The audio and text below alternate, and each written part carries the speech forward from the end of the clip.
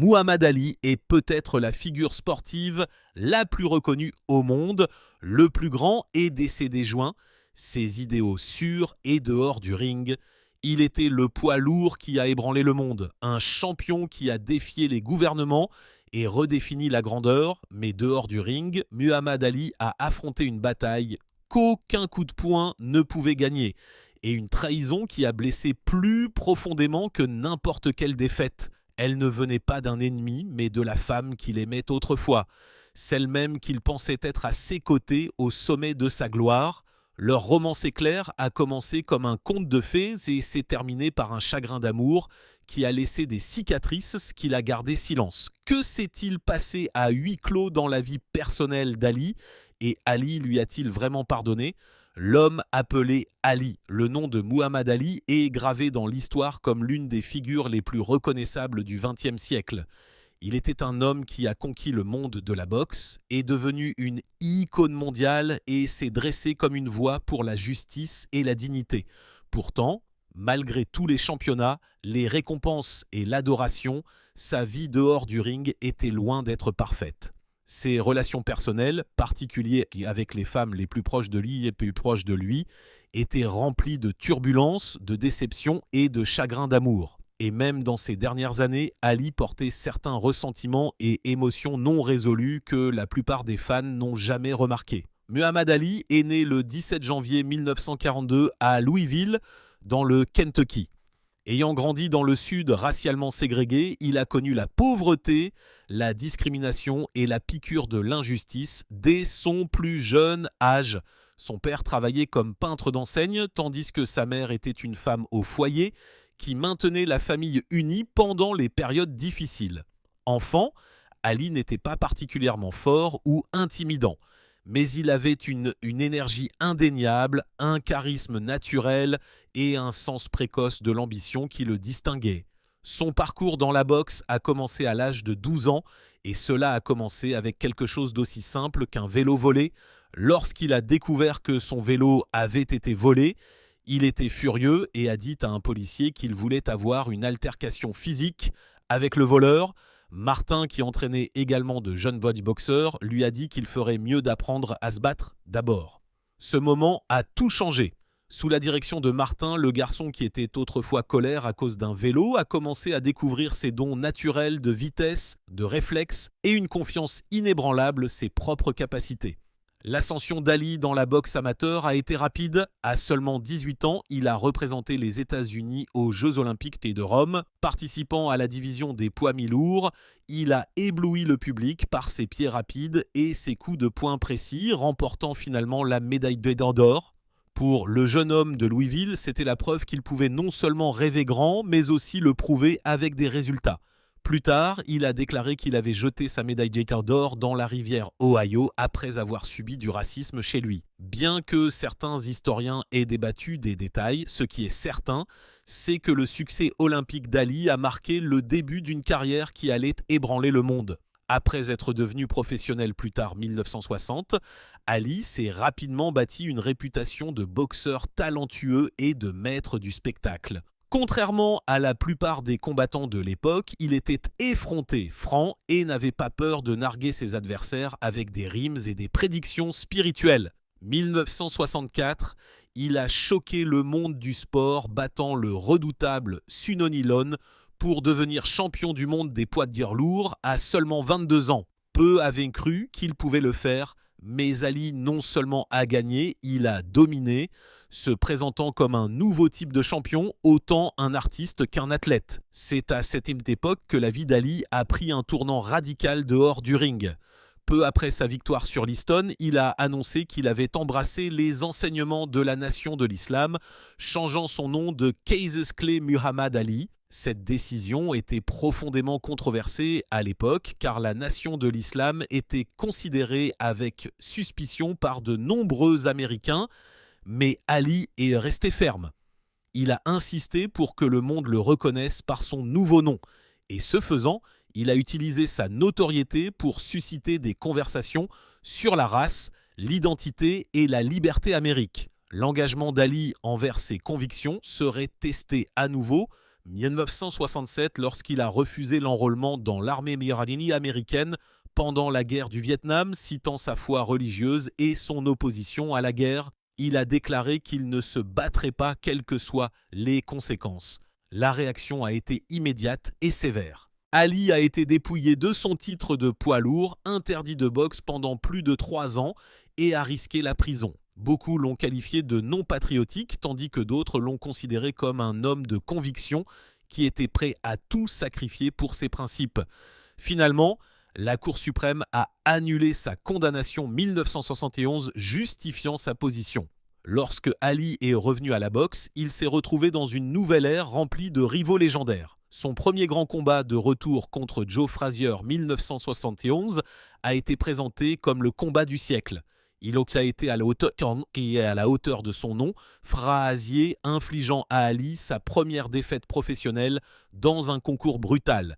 Mais Ali n'est pas resté longtemps à terre. 1974, il a mis scène peut-être le plus célèbre bouleversement de l'histoire de la boxe, battant George Foreman, apparemment imbattable, à Zaïre. Ce combat a mis évidence la brillante stratégie de combat d'Ali dans laquelle il laissait Foreman s'épuiser avant de lancer sa contre-attaque. Puis, 1975, Ali a de nouveau rencontré Frazier dans un combat si éprouvant que les deux hommes ont été poussés à leurs limites physiques. Au cours de sa carrière, Ali s'est battu un total de 61 fois, prenant sa retraite 1981 avec un impressionnant bilan de 56 victoires, dont 37 par KO et seulement 5 défaites. Ses réalisations sur le ring ont cimenté sa réputation comme étant peut-être le plus grand boxeur de tous les temps. Au-delà de la boxe, il est devenu un ambassadeur mondial pour la paix, la justice et les causes humanitaires. Son charme, son esprit vif et sa personnalité magnétique l'ont rendu aimé dans le monde entier, transcendant le sport lui-même. Reconnaissance de son héritage, Sports Illustrated l'a nommé sportif du siècle et la BBC lui a accordé le même honneur.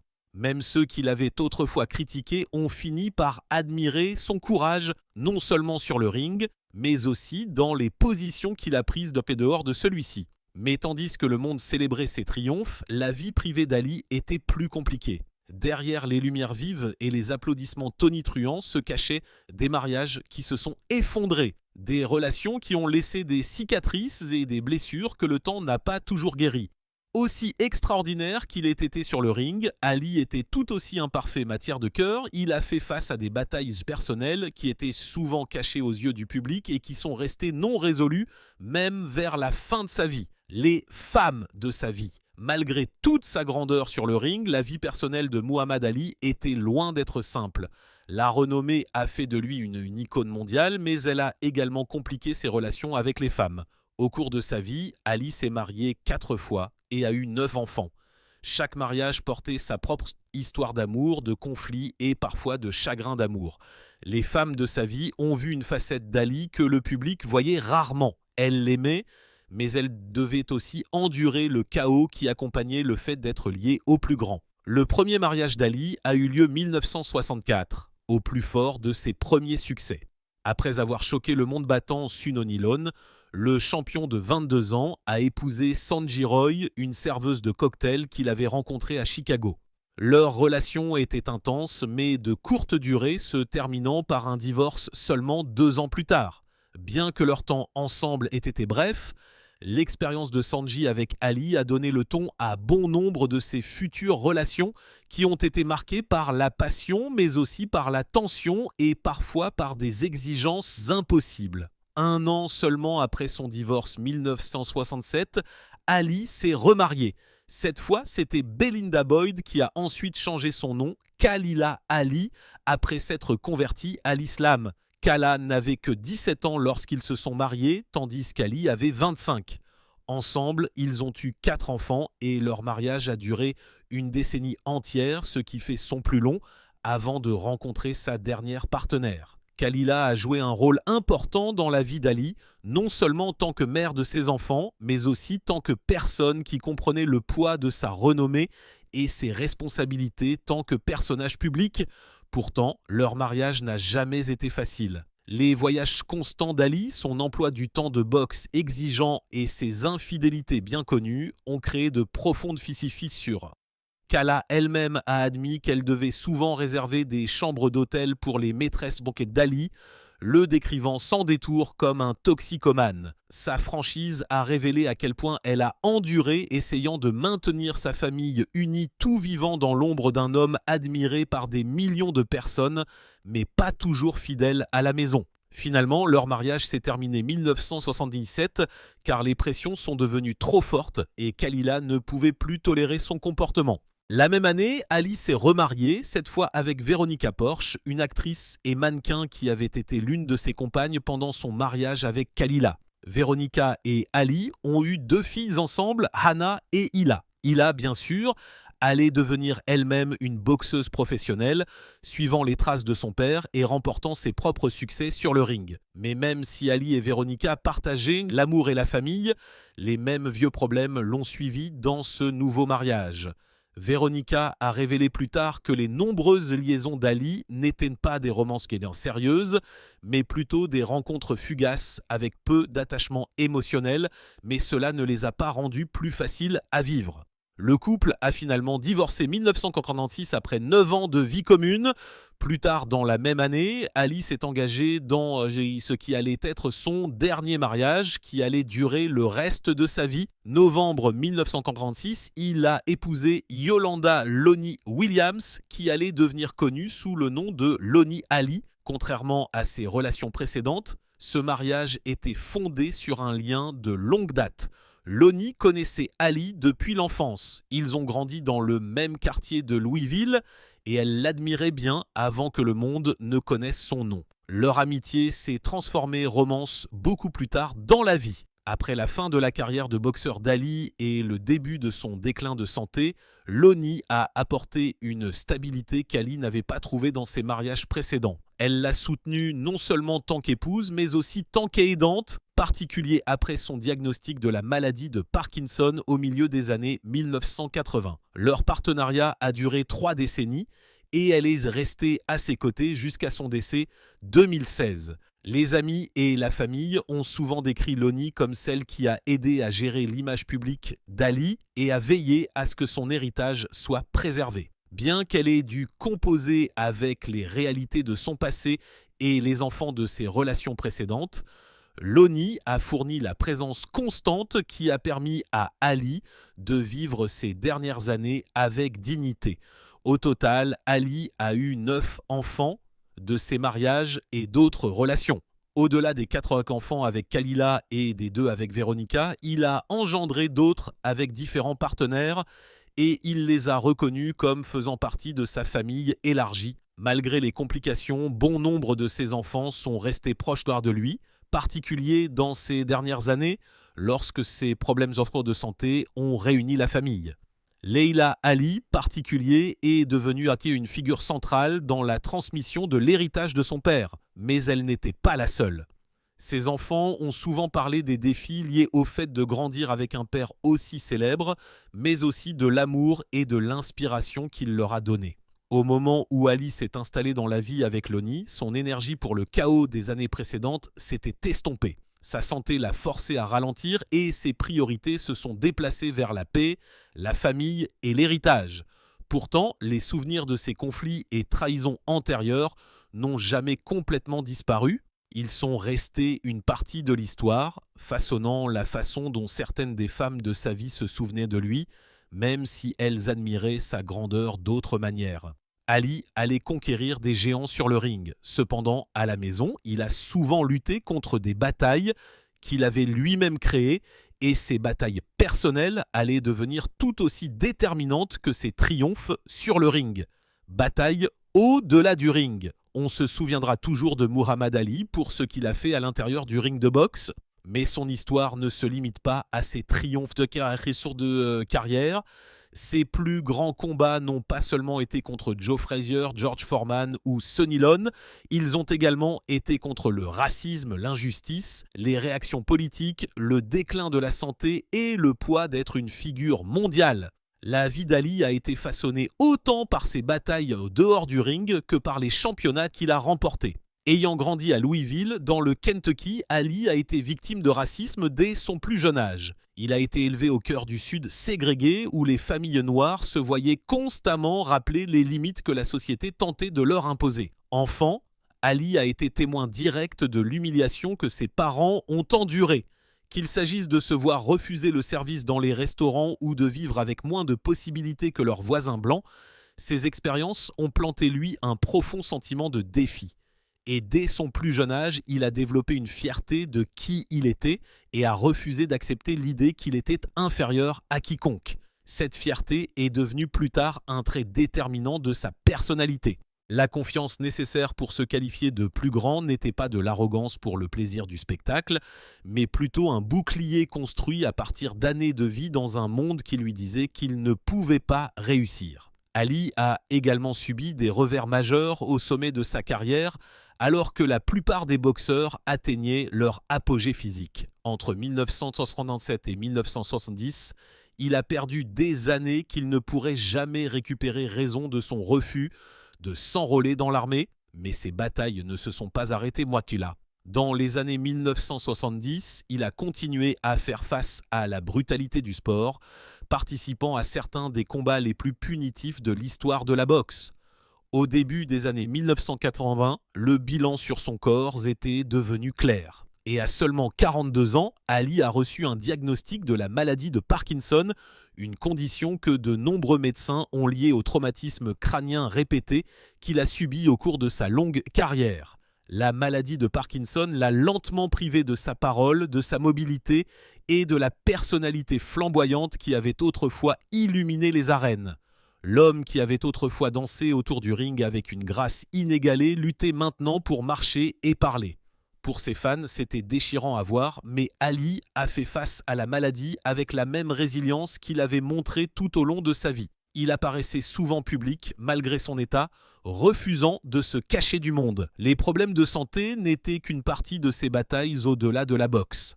Ali a également connu des difficultés financières à différents moments de sa vie, malgré les millions qu'il a gagnés grâce à ses combats, ses dépenses pour les somptuaires, ses mauvaises décisions commerciales et le coût du soutien d'une grande famille élargie ont créé des problèmes. Il n'était pas toujours prudent avec l'argent et s'est parfois retrouvé conflit à ce sujet. À cela s'ajoutent des tragédies personnelles telles que l'effondrement de mariage, la tension de ses infidélités et les cicatrices émotionnelles qui ont découlé de ses choix. Pourtant, Ali n'a jamais permis à ses défis de le faire taire. Alors que sa carrière de boxeur s'estompait, il a trouvé un nouveau but dans le travail humanitaire. Il a parcouru le monde tant que défenseur de la paix, des droits civils et de la dignité humaine. Ali a rencontré des dirigeants et des gens ordinaires, diffusant un message qui était plus grand que la boxe. Afrique, au Moyen-Orient et à travers les États-Unis, il a parlé de justice, d'égalité et de compassion. Il est devenu un symbole non seulement de la force physique, mais aussi du courage moral. Il a visité des camps de réfugiés, a amassé des fonds pour des œuvres caritatives et est devenu un ambassadeur mondial de la bonne volonté. Sa lutte contre la maladie de Parkinson s'est également transformée en une mission visant à sensibiliser le public à la maladie et à inspirer les autres qui sont atteints. 1996, Ali a fait l'une de ses apparitions les plus inoubliables lorsqu'il a allumé la flamme olympique aux Jeux d'Atlanta. Ses mains tremblaient à cause de la maladie de Parkinson, mais le monde a regardé avec émerveillement alors qu'il levait la flamme, symbolisant à la fois sa lutte personnelle et son esprit durable. Ce moment a rappelé à des millions de personnes que la grandeur d'Ali ne se limitait pas aux années où il était jeune et fort. Elle brillait également dans la façon dont il affrontait la faiblesse et le déclin avec dignité. À travers tout cela, Ali est resté profondément lié à son identité d'homme noir qui avait grandi dans une Amérique ségrégée. Il n'a jamais oublié le racisme de sa jeunesse et a souvent parlé même lorsqu'il est devenu l'une des figures les plus admirées au monde. Il savait que son succès avait du poids, qu'il ne boxait pas seulement pour lui-même, mais pour chaque personne qui le considérait comme une preuve que les barrières pouvaient être brisées. La vie d'Ali au-delà du ring était un équilibre constant entre le triomphe et les difficultés. Il s'est battu contre la discrimination, la persécution politique et les erreurs personnelles qui ont hanté ses relations.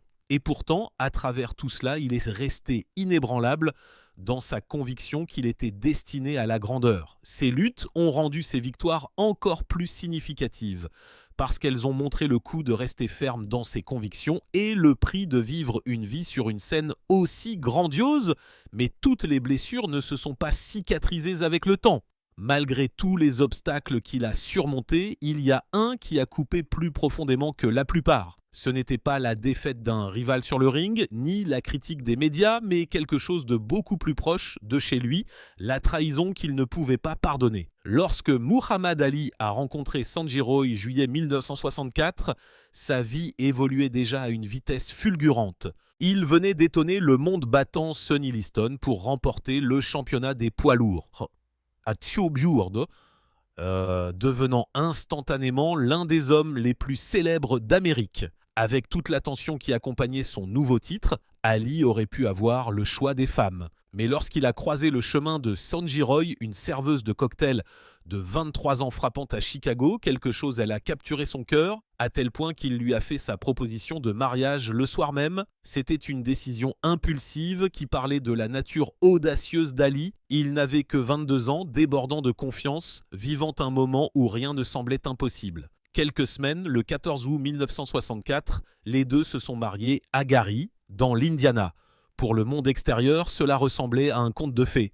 Le beau jeune champion, la femme glamour à ses côtés et une romance éclair qui avait pris moins d'un mois pour atteindre l'autel. Mais sous la surface, la fondation était déjà fragile. Le problème n'était pas le coup de foudre, c'était ce qui est venu après. Sanjay n'épousait pas seulement Muhammad Ali, le boxeur, elle se mariait également dans une vie régie par ses liens de plus étroits avec la nation de l'islam. Pour Ali, sa foi était plus que personnelle. Elle était au centre de son identité. Ayant récemment changé son nom et embrassé l'islam, il était déterminé à façonner sa vie et son foyer selon les enseignements du mouvement. Sanjay, cependant, n'était pas préparé au niveau de contrôle et d'attente qui accompagnait le fait d'être sa femme. Selon Sanjay, dès le début, elle s'est sentie obligée de se conformer à des coutumes auxquelles elle ne croyait pas. On lui a demandé de suivre des règles strictes sur la façon dont elle s'habillait, ce qu'elle mangeait et comment elle se comportait publique. Il y avait des attentes concernant la fréquentation du temple, le port de vêtements modestes et le respect des restrictions alimentaires qu'elle considérait comme imposées plutôt que choisies. Pour Sanjay, qui avait été indépendante et franche bien avant de rencontrer Ali, c'était étouffant. Elle a décrit plus tard cela comme étant forcée à un style de vie qui était contradiction avec ses propres valeurs. Ali, pour sa part, voyait les choses bien différemment. Pour lui, ces règles n'étaient pas négociables. Elles faisaient partie de son engagement religieux et il s'attendait à ce que sa femme partage cet engagement.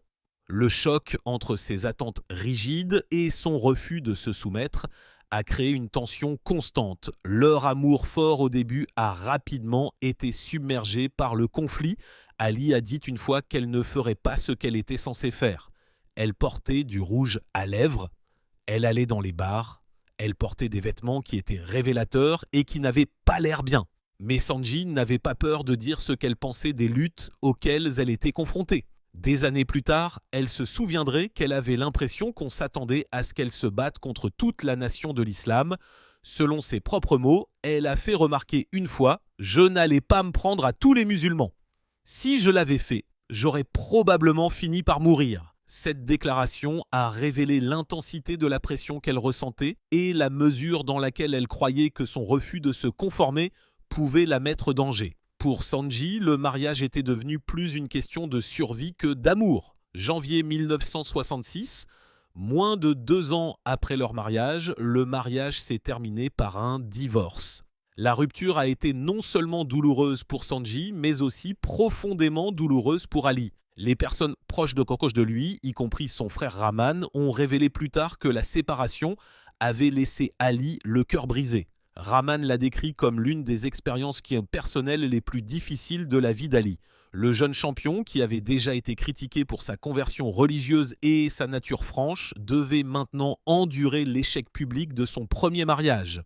Pour beaucoup de ceux qui le connaissaient, ce divorce ne concernait pas seulement 2 personnes qui s'éloignaient l'une de l'autre. Cela ressemblait à une trahison. Ali s'était attendu à ce que sa femme le soutienne, qu'elle accepte la vie et les croyances qui le définissaient. Lorsque Sanji a résisté et a finalement fait volte-face, il a considéré cela non pas simplement comme un rejet de lui tant qu'homme, mais de tout ce qu'il représentait. Pour un homme dont la fierté et l'identité étaient inséparables de sa foi, ce rejet a coupé plus profondément que n'importe quel coup de poing qu'il ait jamais reçu sur le ring. Ce qui a rendu la situation plus difficile, c'est le moment. C'était la période où la carrière et la réputation d'Ali étaient déjà constamment attaquées. Son association avec la nation de l'islam était controversée. Sa décision de changer de nom avait mis colère de nombreux fans et il était scruté par la presse. Au milieu de cette tempête, le refus de sa femme de s'adapter et l'effondrement de leur mariage ont ressemblé à un autre coup qui l'a frappé à son point le plus vulnérable. Ali pouvait pardonner aux adversaires, aux critiques et même aux ennemis politiques. Mais le sentiment que sa première femme n'avait pas réussi à le soutenir était quelque chose qu'il portait avec lui. C'était l'une des rares fois de sa vie où il a admis qu'il ne pouvait pas se défaire de la douleur. Lui a-t-il jamais pardonné ? L'histoire de Muhammad Ali et de Sanji Roy reste l'une des parties les plus mystérieuses et les plus douloureuses de sa vie.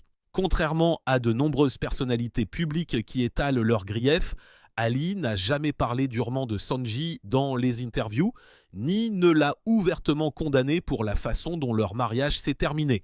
Pourtant, même temps, il n'y a eu ni réconciliation, ni réunion chaleureuse dans les années suivantes, ni indication que les deux aient jamais trouvé une conclusion.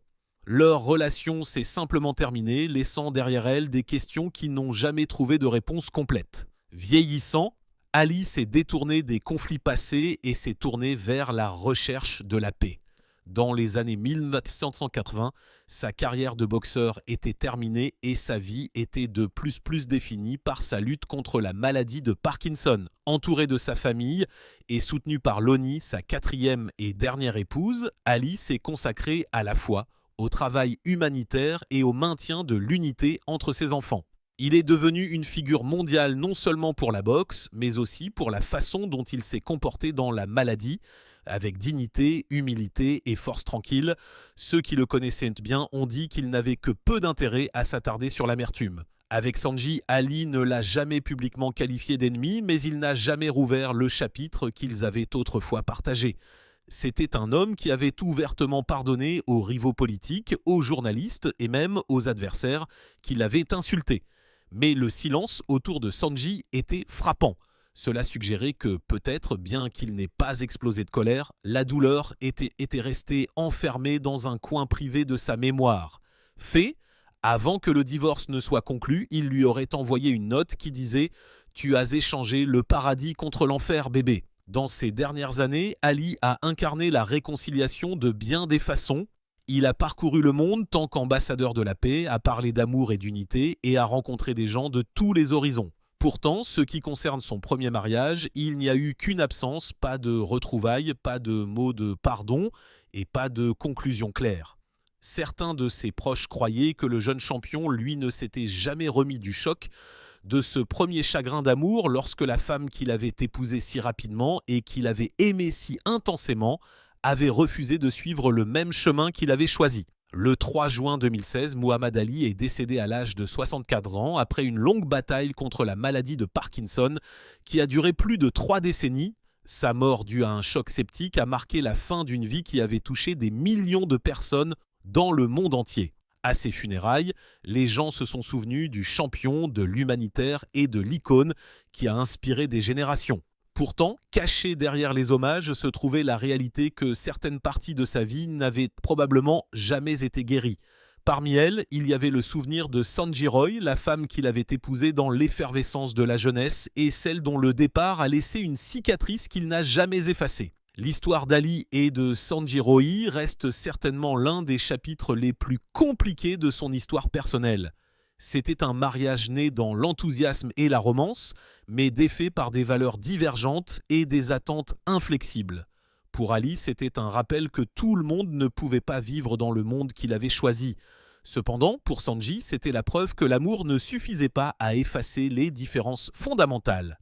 Que pensez-vous ? Sanji a-t-elle pris la bonne décision divorçant d'Ali?